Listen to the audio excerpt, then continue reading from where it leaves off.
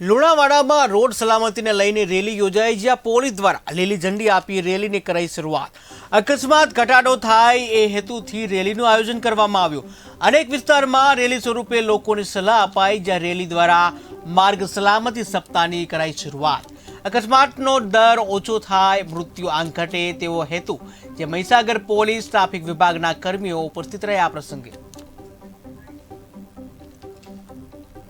मार्ग सलामती मंथ निमित्ते आज रोज लुणावाड़ा महीसागर जिला खाते राष्ट्रीय मार्ग सलामती रेलीનું એક આયોજન કરવામાં આવ્યું છે, જે દરમિયાન વાહન ચલાવતી વખતે ટુ વ્હીલર, ફોર વ્હીલર અને મોટા વાહન ચાલકોએ શું ધ્યાન રાખવું તેના માટે એક અવેરનેસની રેલી કાઢવામાં આવી છે, જે અંતર્ગત લગભગ 50 થી 60 જેટલા ટુ વ્હીલર ટીઆરબીના જવાનો, ટ્રાફિક પોલીસ અને વાહન વ્યવહાર ખાતાના અધિકારીઓ પણ જોડાયેલા છે અને આરટીઓના અધિકારીઓ પણ આની સાથે જોડાયેલા છે।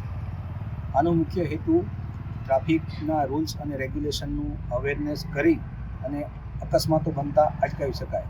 અત્રે ઉલ્લેખનીય છે કે મહીસાગર જિલ્લામાં વર્ષ 2023માં વર્ષ 22ની સરખામણીમાં 32 એટલે કે 32 જેટલા ફેટલ અકસ્માતો ઓછા બન્યા છે। એના માટે હું સમગ્ર જિલ્લા પોલીસ તંત્રએ જે મહેનત કરી છે એને આભારી રહીશ અને એમને અભિનંદન આપીશ। અને આ વર્ષે અમારો પ્રયત્ન વિવિધ અકસ્માતો, ફેટલ અકસ્માતો અને ગંભીર પ્રકારના અકસ્માતોનું એનાલિસિસ કરી અને આ મૃત્યુઆંક 32થી પણ કઈ રીતના નીચે કરી શકાય એના માટેના પ્રયત્નો રહેશે।